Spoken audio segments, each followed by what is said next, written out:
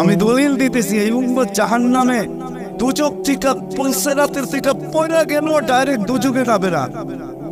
এই উম্মতে মুহাম্মাদি সাল্লাল্লাহু আলাইহি ওয়াসাল্লাম দুজকে যদি পুলসেরাতের থেকে পড়েও যায় তো পুলসেরাত ধরে লটকায় থাকবে, চুলা থাকবে, অপেক্ষা চলতে থাকবে দুরুদ আছে কিনা। যদি দুরুদ থেকে থাকে, নবীজির উপরে পড়ছে, ওই দুরুদ থেকে থাকে, তাহলে দুরুদ আসবে আর একে উঠা পুলসেরাতের উপরে দাঁড় করাবে, দুরুদ একে পার করাবে। আপনি মনে করছেন নবীর দুরুদ এমনি? শুধু শুধু কোরআন পেলা দিছে। কোরআনের এক আয়াতের উপরে আমার প্রশ্ন হয়, ডেলি শুক্রবারে আজকেও আপনাদের প্রত্যেক মসজিদের খতিবরা পড়ছে খুতবার ভিতরে, ইন্নাল্লাহা মালাইকাতাহু ইউসাল্লুনা আলান নবী ইয়া আইয়ুহাল্লাযীনা আমানু সাল্লু আলাইহি ওয়া সাল্লিমু তাসলিমা। আমার এখানে তিনটা প্রশ্ন হয়। আমার প্রশ্ন হয়, আল্লাহ আমাদেরকে দুরুদ পড়তে বলতেছেন, আমরা আর কয়দিন বাঁচবো, আর কয়দিন পড়বো? আপনার বন্ধুর উপরে তারপর দুরুদ পড়বে কে? কে পড়বে আপনার বন্ধুর উপরে দুরুদ? আল্লাহ বলে, বেওকুফ তুই দেখিস নাই, ফেরেশতারা পড়বে। তুই চলে গেলে কি আসে যায়, ফেরেশতা পড়বে। আমি যদি আল্লাহকে প্রশ্ন করি, আল্লাহ ফেরেশতা তো মারা যাবে, কিতাবে তো পাই মালাকুল মউতকেও মৃত্যুর কুলে ঢেলা পড়তে হবে। সর্বশেষ উনি মারা যাবেন, ওনার পরে আর কেউ মারা যাবেন না। সর্বশেষ আল্লাহ জিজ্ঞেস করবে, মান বাকিয়া, কে বাকি? তো মালাকুল মউত বলবে, আনা ওয়া আনতাল হাইয়ুল্লাযী লা তামুত, আমি বাকি আর আপনি চিরঞ্জীব, আর কেউ নাই। আল্লাহ বলবে, ফাতামুত আনতা, এবার তোমার পালা, তুমি মরো। আল্লাহ চুক্তি দিবে, লি আন্নি কাতাবতুল মউত আলা মান তাহতা আরশি, আমার আরশের নিচে লেখা আছে, দেখো আমার আরশের নিচে যে আছে তাকে মৃত্যুর স্বাদ পান করতে হবে, হবেই হবে। আল্লাযী হাইলা ইয়ামুত ফাহুয়া ফাওকা আরশি, যে চিরঞ্জীব সে আমার আরশের উপরে বিরাজমান, তুমি আরশের নিচে বিদায় তুমি মরো। সায়ুলকি আলাইহি সাকারাতাল মউত, মৃত্যুর যাতনা আল্লাহ ওনার উপরে ঢালবেন, উনি জমিনে পড়বে আর একটা চিৎকার দেবে, যেখানে আছে ওইখানে পড়বে আর একটা চিৎকার দিবে আর বলবে, লাউ আলিমতু সাকরাতাল মউত মা কাবাসতু আরওয়াহাল মুমিনিন। মৃত্যুর যাতনা যদি আমার জানা থাকতো, তাহলে কোনো মুমিন মুসলমানকে আমি এত কষ্ট দিয়ে নিয়ে আসতাম না। মৃত্যুর এত কষ্ট, আল্লাহকে যদি প্রশ্ন করি, ফেরেশতা তো চলে যাবে, আমাদের নবীজির উপরে দুরূদ কে পড়বে? আল্লাহ বলে, তোর মতো বেওকুফ তো দেখি নাই, তুই মনে হয় কোরআন পড়িস, কোনোদিন পাবিস না। শুরুতেই তো আমার নাম, ইন্নাল্লাহা ওয়া মালাইকাতাহু, আমি আল্লাহ পড়তে থাকবো, আমি চিরঞ্জীব, বন্ধুর দুরূদ আমি কোনোদিন বন্ধ হতে দিব না, না না, আমার বন্ধুর দুরূদ চলতে থাকবে। ওই দুরূদটা তো কোনোদিন টেস্ট কর, রাগ পেয়ে গেলেন আপনারা।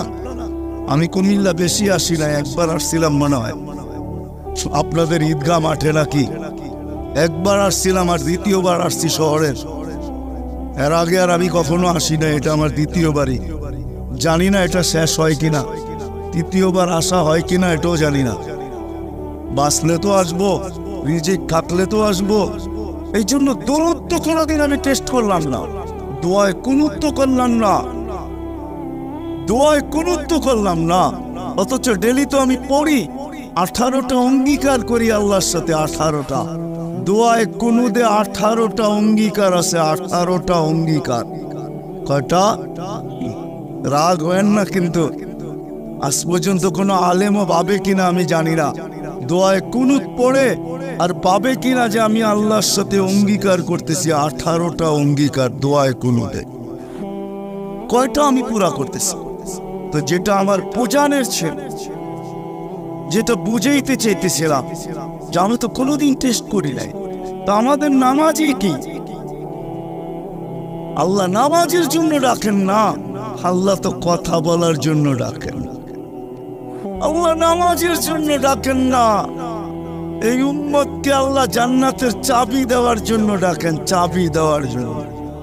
আসসালাতু মিফতাহুল জান্নাহ, জান এই মাদ্রাসার মক্তবের ছেলেরা পড়ে আসসালাতু মিফতাহুল জান্নাহ, নামাজ জান্নাতের চাবি। আল্লাহ চাবি দিতে ডাকেন, আল্লাহ নামাজের জন্য ডাকেন না, অঙ্গীকার পুরা করার জন্য ডাকেন। অঙ্গীকার পুরা করার জন্য ডাকেন। কেননা কিয়ামতের দিন, হায় হায়, আমি তো বলি, জানি না বুঝবেন কি বুঝবেন না, আমি বলি এই উম্মতকে দুনিয়াতে পাঠানেরই কথা ছিল না।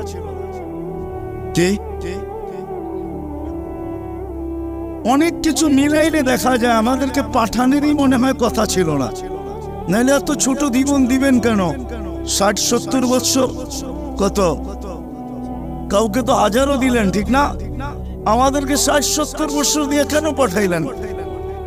আবার 60-70 বছর দেওয়ার পরেও 2 পর্বে আমাদের জীবনটাকে আল্লাহ কমায় দিছেন, লেস করে দিছেন, বাদ দিয়া দিছেন। প্রথম 15 বছর হিসাবে আসবে না, যতক্ষণ পর্যন্ত বালেগ না হয়, কলম তার বিরুদ্ধে যায় না, পক্ষে চলতে পারে, বিরুদ্ধে চলবে না। রুফিয়াল কালাম, এইখানে 15 বছর বাদ। তারপরে যেটা থাইকা যায় 60-70-এর ভিতর থেকে, যতক্ষণ আমরা ঘুমাই 4-6 ঘন্টা আর 8 ঘন্টা, এটাও কলম উঠানো থাকে, আমাদের বিরুদ্ধে যায় না, এটাও মাপ, এটাও। তাই না? থাকলো কি? কোরআন আমাকে বোঝায় এত অল্প সময়ের জন্য কেন পাঠাইলেন। তাহলে কোরআনের ভিতরে ডুব দিলে মনে হয় বুঝে আসে। আল্লাহ মনে করেন যে কেন পাঠাইলাম, কিয়ামতের দিন তোমাদেরকে আমার পক্ষে সাক্ষী হিসাবে আমার পাশে দাঁড় করাবো। শুহাদা আলান নাস, কিয়ামতের দিনে উম্মত আল্লাহর পাশে সাক্ষী হিসাবে দাঁড় করাবে আল্লাহ। সমস্ত উম্মতের উপরে আমাদেরকে সাক্ষী হিসাবে দাঁড় করাবে আল্লাহর পাশে। ইনশাআল্লাহ এই উম্মত কিয়ামতের মাঠে দাঁড়াবে না, এই উম্মত স্টেজে দাঁড়াবে। স্টেজে আল্লাহর পাশে স্টেজ লাগানো হবে, ওই স্টেজে উম্মত দাঁড়াবে। কেন আসামি আর সাক্ষী এক জায়গায় দাঁড়ায় নাকি? দুইজনের মান একটা, দুইজনের মান ভিন্ন, ঠিক না? আমরা পাশে, কোরআন বলতেছে শুহাদা আলান নাস ওয়া ইয়াকুনুর রাসূলু শাহীদান আলাইকুম ওয়া তাকুনু শুহাদা আলান নাস। আমরা সাক্ষী। আল্লাহ বলে কম সময় দিয়া কেন পাঠাইলাম জানো?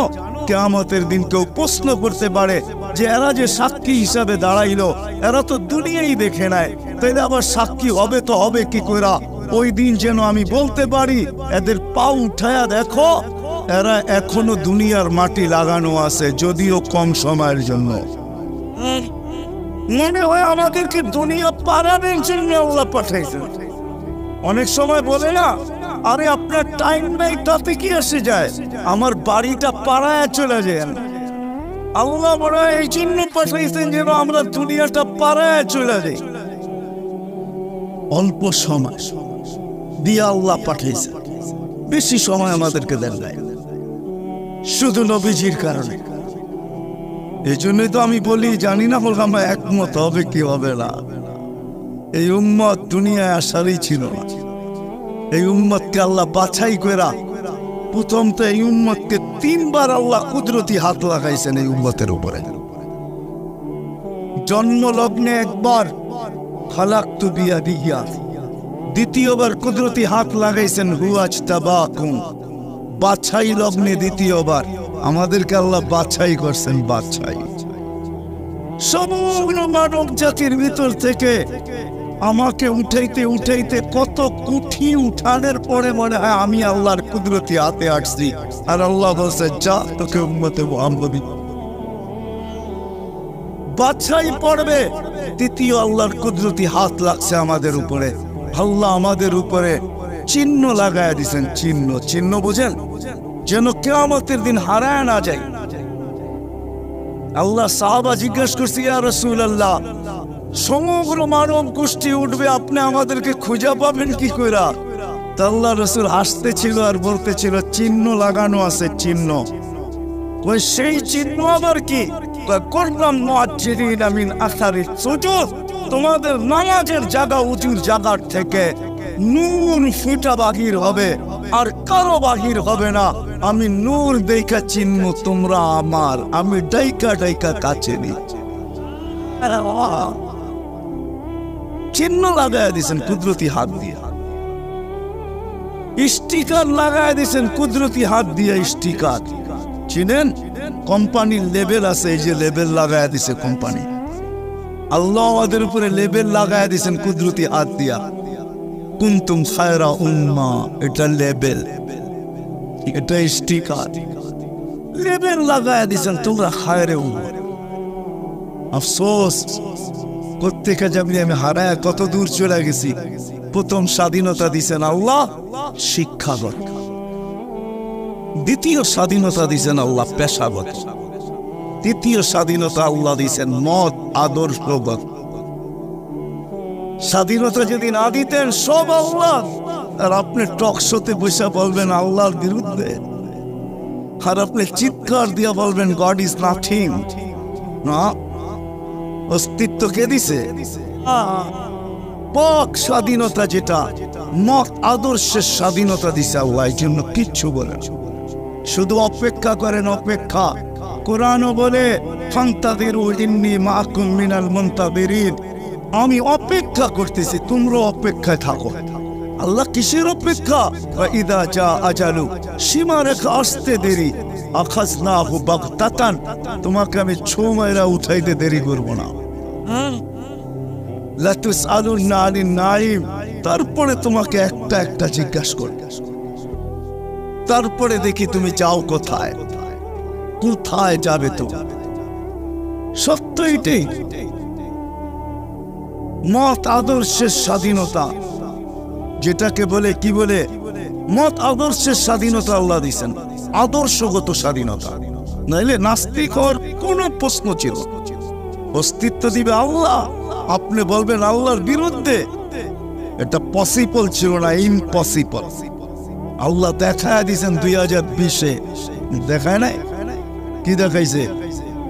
না, সারা দুনিয়া, যেই দুনিয়া নিজেকে এত শিক্ষিত মনে করে, এত আপডেট মনে করে, এত এডুকেটেড মনে করে, এত উন্নত মনে করে, এত আধুনিক মনে করে, ওই পুরা দুনিয়াকে আল্লাহ লকডাউন লাগাই দিছে। আপনি বলেন আপনাকে মাস্ক পরায় না, আল্লাহ দুনিয়ারে মাস্ক পরায় দিছে। দুনিয়াকে, আপনাকে আমাকে পড়ায় নাই, দুনিয়াকে মাস্ক পরায় দিছে। আল্লাহ বলে আমি আল্লাহ, ইচ্ছা করলে যা খুশি তা করতে পারি। কি এখনো বহুত মানুষ মাস্ক পরা ঘোরে, ঠিক না? হ্যাঁ, পড়ে না? কি কি ভয়ে পড়ে? করুণা এখনো আছে, ঠিক না? আপনারা বলবেন আমরা তো কুমিল্লার মানুষ, 2020-ও পড়ি না, ঠিক না? না পড়তে পারেন, কেননা টেলিভিশনে এত বড় বড় দেখছেন, আর ভাবছেন নাকের ছিদ্র তো এত বড় না, এটা যাবে তো যাবে কোন দিক দিয়ে, ঠিক না? এখন যদি প্রশ্ন উঠায় মুখ দিয়া যাবে, সারাদিনই তো পান খাই, বিড়ি খাই, সিগারেট খাই, এটা সেটা খাইতে থাকি, মুখ দিয়া যাবে তো যাবে কোন দিক দিয়া, ঠিক না? এই জন্য নাও পড়তে পারেন। আল্লাহ মত আদর্শের স্বাধীনতা দিয়েছেন। চতুর্থ স্বাধীনতা দিয়েছেন সোসাইটিগত। সমর্থ থাকলে দুনিয়ার যে কোথাও বাস করতে পারে। আমি চিনি কুমিল্লার অনেক মানুষ যারা আমেরিকাতে বাস করে, আমি চিনি অনেককে কুমিল্লার যারা অস্ট্রেলিয়া বাস করে, যারা কানাডায় বাস করে, আমি চিনি ইউরোপে বাস করে, চিনি আমি অনেককে চিনি, আমাকেও চিনে। সমর্থ আছে, দুনিয়ার যে কোথাও বাস করতে পারে। আর পঞ্চম স্বাধীনতা, এই ছোট জীবনটা, যেমন স্কুলে খেলার সময় একটা পর্ব হয়, যেমন খুশি তেমন সাজো। আল্লাহ বলে এই ছোট জীবনটা তুমি যেমন খুশি তেমন সাজতে পারো, তোমাকে কিচ্ছু স্বাধীনতা দিলাম, নাইলে কোনোদিন সম্ভব ছিল না। তো কথা ওইখান থেকে বাহির হয়ে গেছি।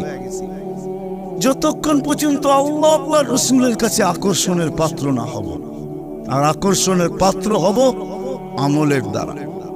কিসের দ্বারা?